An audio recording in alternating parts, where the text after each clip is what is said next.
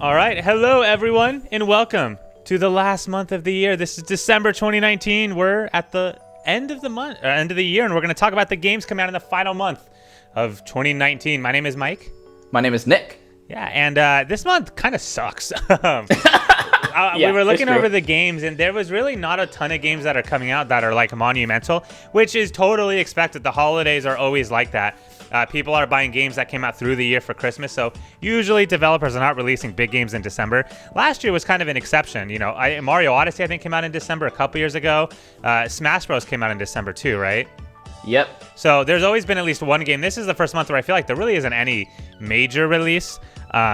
I'm going to start out because I really have two releases that I couldn't give two craps about for the most part. But one of them does look kind of cool. Nick has a couple that are a little more interesting. I'm going to start out with a game called Narcos. What the fuck? Narcos video game. It's Narcos Rise of the Cartels. I looked up a trailer for it because I just wanted to find a game to talk about. And people are comparing this. I don't know if you guys have seen the Narcos TV show, but it's a show about the drug cartel, essentially. It's a fantastic TV show. If you're interested at all in like the drug cartel and the inner workings of it, the show is amazing. It's very dramatic and intense. I haven't seen too much of it, but the episodes I have seen, like, you're stressed out the whole time. This video game does not capture very well at all. It's an action game that was meant to be a lot like XCOM. And for those of you that know what XCOM is, XCOM has a very intelligent style of gameplay where you're planning where your guys are moving. You're not actually doing the shooting, but you're like strategizing and saying, I'm going to move my guy up to the corner and he's going to fire at this guy and then he's going to duck for cover. You're kind of planning the route of everything. And so looking at the trailer, you can see they were definitely trying to make an XCOM game. You'll also notice that it looks nothing like XCOM.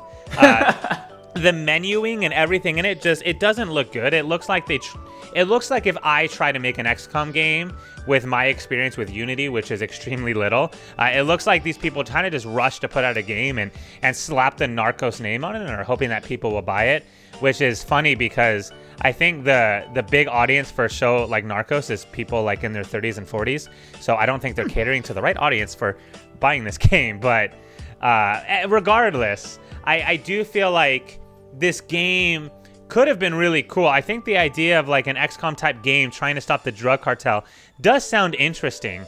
I just don't know what audience would want a game like that, especially with how rushed the game looks. It's ugly. The characters, this game looks like it could have passed for the PS2, maybe early PS3 era.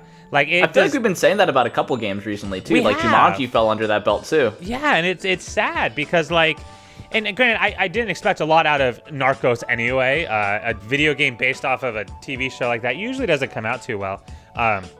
But I just looking at it, I thought it was hilarious that this is even a thing that exists. So I wanted to share this with you guys. If anyone out there likes the show Narcos and wants to play a bad game about it, you can buy this game. So is like the UI bad in that case? Does the gameplay at least look good? No. I mean, the UI looks... I mean, it's hard to get that gameplay wrong because you're just kind of... It's like moving chess pieces, you know?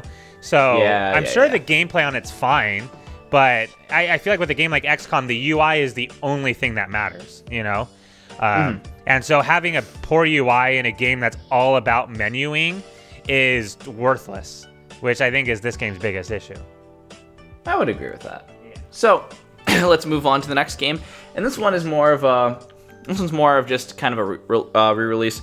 And it's one that, again, I'm not too excited for, but I think it's one that's definitely noteworthy. And this is the Assassin's Creed Rebel Collection coming to Nintendo Switch. I believe that's the only one. I can't remember if it was coming to any other platforms. But I think this is actually like a really, really good move for a couple reasons. Well, for people who don't know, the Rebel Collection is Assassin's Creed 4 Black Flag and Assassin's Creed Rogue. And one of the reasons I think this is really good is because before the Assassin's Creed games that were released on the Switch, I think Mike and Travis said it best when they were like, why these ones? Because they weren't seen as like the favorite ones, and they kind of were just, I don't want to say meh. Would you say that they were kind of meh, Mike, or would you say they're just average Assassin's Creed games? The ones that are on this collection, or the ones that have come out so far? The ones that have come out so far, not the ones on the collection. I mean, if I'm not wrong, isn't there only one on the Switch right now, or is there a second one? I thought it was Assassin's Creed 3 that was on I think right Assassin's now. Creed 3 is the only one, and yeah, that's the worst one. So okay. There you go. So one of the reasons why I think this is obviously a good move, Assassin's Creed, usually known as a franchise that's mainly played on consoles, bringing it on the go is a huge sell, and Black Flag was one that really does have a lot of a fan following behind it. Has the aquatics part of it as well, has a big part of sailing, and being able to act as a pirate is already fantastic. So if they're going to do one, I'm surprised they didn't really... I feel like this one fit more with the style of what the Switch was going for, especially with Assassin's Creed Black Flag. So I like the fact that this one's being ported over to the Switch, and again, we say it all the time, and everybody beats it to death because it's a dead horse, but portability is so damn important, and based on what I've seen, it does look fine. I'm sure that I don't know if there's performance issues with the other ones. You might have to do a little more research than I did for that. But I do think in terms of a choice for an Assassin's Creed game, I think this is a better one to go with than Assassin's Creed 3. Yeah, I don't even think it's a better. I think this is the best one that they could have put out there. Right? Black Flag is known by many to be one of, if not the best game in the franchise. Assassin's Creed 2 is also up there, but I think Assassin's Creed 2 it's old, and so it's very simple. I don't think that's a bad thing. I think it's still an amazing game, but there's so much more that the later Assassin's Creed games have offered that I think people new to the Assassin's Creed franchise would probably not enjoy 2 as much as they would the later releases. So Black Flag, I think, is the perfect entry. I don't think any game nailed ship combat better than Black Flag did. At least not at the Kingdom time of its Hearts release. 3 with the... No. As much as I like the ship combat, it wasn't the best. No, it was actually fun though, Kingdom Hearts 3. But Black Flag was so much more in depth. The way that you're like you build up your ship, and you can spend like 40 to 50 hours just on the ship combat and the naval missions in the game. And that's only part of the game. I mean, so much of the game is also exploring the islands of the Caribbean. Black Flag was one of the. It's my favorite game, except maybe Odyssey. Now I really liked Assassin's Creed Odyssey. But Black Flag, I think, it came out so amazingly. I'm a little curious why they called it Rebel Collection. I understand for Assassin's Creed Rogue because your guy was kind of a traitor, but I don't think he was in Black Flag. So I don't know why they named it the way they did. But the main characters in the games are really cool. I loved the stealth missions in Black Flag. One of the biggest complaints that people have about Assassin's Creed is the high number of like follow missions where you kind of just tail behind a guy, because you lose the speed and you kind of lose the fun of being an assassin when you can't run ahead, you can't do whatever you want, you're just following somebody, and those missions are incredibly annoying. Black Flag had a few of them, but it had a lot less. Black Flag had a lot more missions of sneak through this place and murder this guy, which is what you want in these games. You don't want to have to be following and wasting time talking. You want to get to the stealthing and the killing. And Black Flag understood that on top of the combat missions. Assassin's Creed Rogue basically came out because people loved Black Flag so much, and so I think it was their response. So Rogue itself is nothing innovative and new. It's basically just a carbon copy of what Black Flag was, just with a different character and different setting. But I mean, oh my gosh, I would totally recommend these games. I own Black Flag on, I think, 3 different consoles now, so don't think I'll be buying it on the Switch also. But if you haven't played Black Flag or you're interested in getting into this franchise, this is totally the game to go with. And other things that I do want to note about is that it will have all of Assassin's Creed's Black Flag DLC with this collection. Oh, good. And also some of the things that are different because it's on the Nintendo Switch. There's a touchscreen interface. Obviously, there's handheld mode. And one of the things that's also different is just motion control aiming. So a lot of what they've been doing to port things over to the Switch are still part of what this collection is showing. Yeah. So I don't know if Assassin's Creed Rogue is coming with all its DLC, but from my notes, it has Assassin's Creed Black Flag with all of its DLC, and a couple of things that do make it a little more unique to the Switch as a platform, which I think is always nice because it does distinguish the fact that some platforms like the Switch are very different than the other ones out there, like the PlayStation and Xbox. So I think it is a nice thing to include stuff like that. Yeah, and I don't think Rogue had any DLC. I think it was pretty much just released as like, oh, it was basically an encore, you know? After Black Flag. So I don't think it actually had any sort of DLC or anything with it. All right, so perfect then. Yeah. Anyway, that's all I got to say about that. Yeah, so fun games. I would recommend them. All right, I'm going to jump into my second game, which is a game that, funny enough, I didn't even know existed until today when I decided to kind of pick a random game and look at it, but I actually kind of fell in love with this game a little bit. It looks cool. It does. It's called Arise, A Simple Story. And I read a couple sentences about the game, and immediately I was like invested and want to look up more. What Arise is about is it's about an old man who is dead, and each of the different levels is like memories of his past. And so he's sort of kind of going through his life and kind of revisiting everything that he went through after he died. And so it's really interesting. There's a couple of gameplay trailers out there, and each one sort of has its own theme. For instance, one of the level types is a place with massive earthquakes in a dark forest, and it's very scary and intense. And then there's another section which is just running along a bunch of sunflowers, and it's very sunny and cheery. And so I think what we can already glean is, as we go through this man's memories, we're going to see a lot of very happy times and a lot of very hard and stressful times. And it's a simple platformer. It just seems like kind of you're jumping from obstacle to obstacle. You're trying your best to survive. It gives me a lot of what was that game called? Brother, A Tale of Two Something, or maybe it was like Brothers. I don't remember. A Tale of Two Sons? Maybe? No, I think that doesn't sound right. No, I think that is right. I think it was Brother, A Tale of Two Sons. Yeah, because of the dad. I think it was the two sons trying to save the dad. But that was another game where there wasn't a lot of dialogue. There wasn't a whole lot going on. It was just the imagery. And I love platform games like this that are just imagery. You know, the whole point of it is just symbolism. There's so many amazing platformers that have come out that are completely based on the witty dialogue and hardcore gameplay. But this one seems like it's really focused on, look at the setting you're in, take your time to kind of explore and get an understanding of what you're around. And I love that. There's not a lot of games that come out like this anymore. It seems to be more drawing inspiration from, and I know that's pretty different of a graphical style, but it does seem to be in the same vein as Celeste, where a lot of it is more atmospheric, a lot of it is more, you see the level and you see what it is, instead of more of just trying to create a more difficult platforming challenge. While Celeste was still able to do that, I do like the fact where it is focusing on the fact of taking in the world, and I feel like this one is going to be a more emotional experience than you'd get. Then I would say, and not to diss on Mario platformers, but like a Super Mario Bros. U or something like that. I feel like this game will get you more engrossed in the world, and it'll move past the platforming than just it makes sense because it's a platformer. If there is platforms like you would see sunflowers that you would hop on that are really big in that vein. So it has more abstraction in it. I think that's super cool. And another thing that I do want to note about is that the game's soundtrack is composed by David Garcia, who is the same person that did Rhyme and Hellblade: Senua's Sacrifice. And that, I think, is a really good way to, at least to give some positive, give your game a little more momentum. Because if you guys know about those games, they got some pretty intense soundtracks. Yes, they do. Especially Hellblade. Not even the soundtrack, but the sound design of that game was so awesome. And I think that's one of the things. David Garcia. And I think it's one of the things I've kind of noticed about Arise a little bit is that just kind of the environment, just hearing kind of the wind whistling and everything like that. Like, it's so beautiful, and it feels like you're there. You know, it feels like you're actually experiencing the setting of the environment.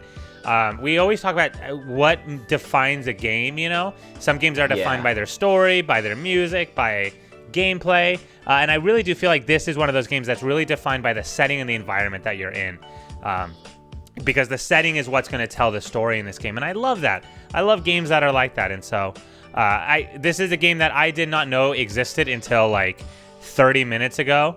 But now you're excited about it. Yeah, it's a game that I think I'm probably going to pick up now, especially because it's probably going to be cheap. I don't know exactly what the price is going to be, but judging by the way it looks and the developer and everything, I can't imagine it's going to be very expensive. And so it's definitely on my list of games to get now.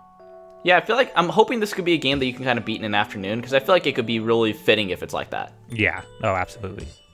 All right, moving on to our last one then that we're going to be going into more depth of.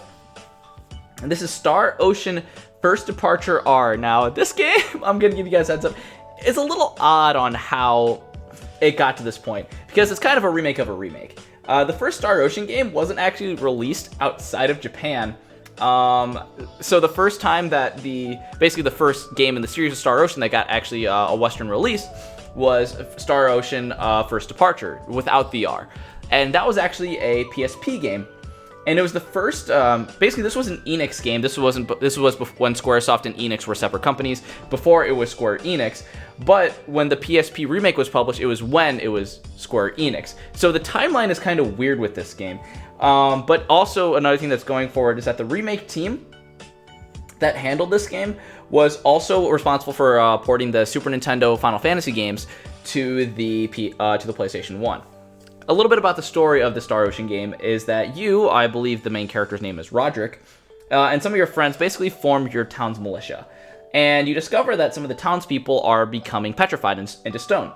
And basically, the goal of the game, without going in too much detail of the Star Ocean game, is that you need to find the vaccine to basically this bioweapon that's petrifying everybody there. And your planet is this underdeveloped planet. And it's kind of weird in a way because the narrative also encompasses Earth as well, but the planet that you're on and that you start is from an underdeveloped planet, but you need to like get help from Earth. Kind of a weird thing. I thought it was interesting when I was reading into it.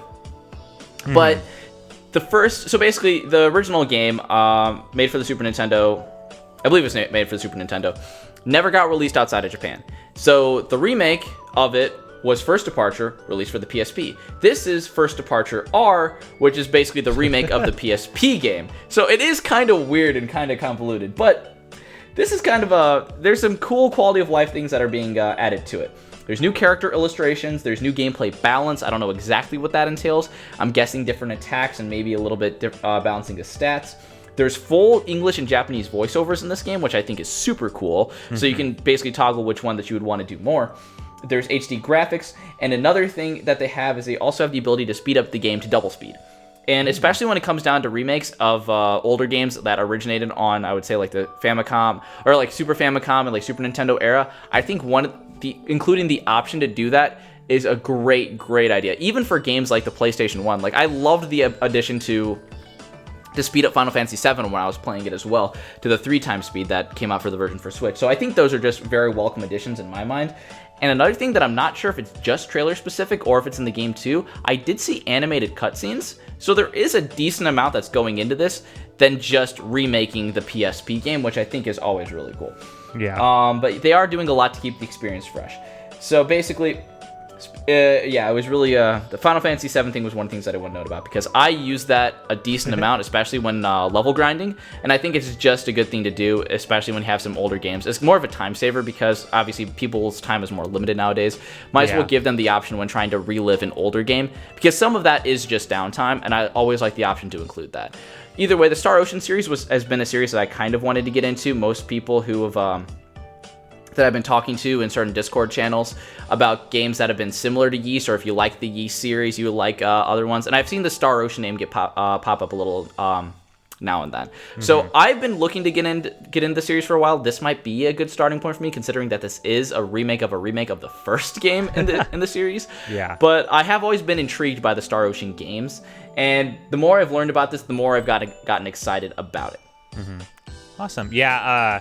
I do own one Star Ocean game, and I've never played it, but it's been sitting on my shelf forever. I do agree with what you're saying. I do like the idea of, making things more efficient for these types of games when they get remade. I always think that's a good idea, because like you said, I think especially with older games, there's so much tedious grinding and things like that that I think turn people away. So I think it's good that some games can acknowledge, like, hey, you know what? The people playing games today probably going to be a little more impatient than they were 30 years ago or whatever. And so I think making adaptations in that way is really good. I always love games that have remakes of remakes. It's like what Skyrim does, where it just gets released over and over and over again. But I think in a case like this, it's good because it doesn't feel like in any way they've overdone it. I mean, clearly not a lot of people know this game and have had the chance to play this game. And so for a game like this, I don't necessarily mind them re-releasing it a second time because it's just opening it up to a new audience. Especially because the PSP was a very different platform than the PS4 in that vein too. Because obviously a lot of these games have been more exclusive to PlayStation, but the PSP, I think one of the things that I do like is I always like it when games try to not be, or try to stop, or try to be future-proof. Or if they are going to release another game and try to enjoy it, they'll release it on a platform where it would have more longevity. And I don't know about the PSP's hardware or whatnot, but trying to find a PSP that's not used nowadays would probably be tough or really, really expensive.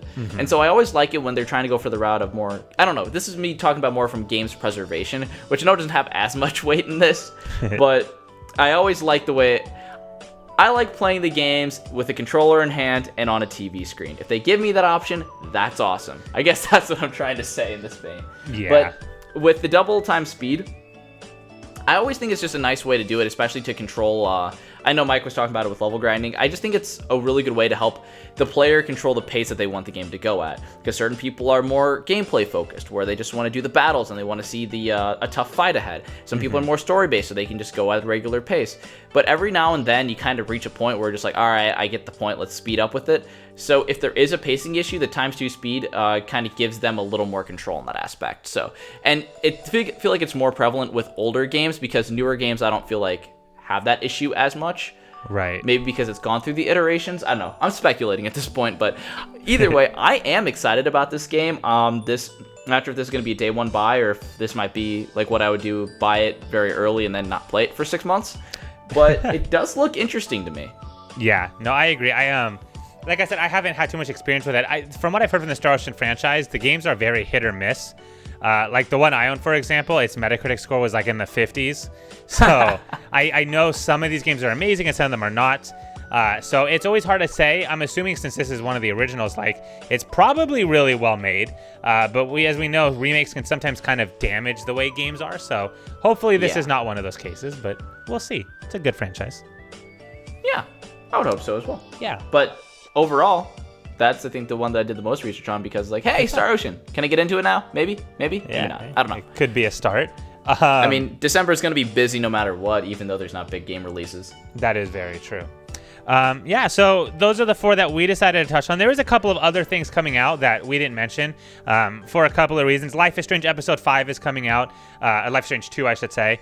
I didn't want to talk about it because it's just the next chapter of Life is Strange 2. And when Life is Strange 2 originally came out, we already had to talk about it. I made a whole big video on Life is Strange 2 and what my expectations are.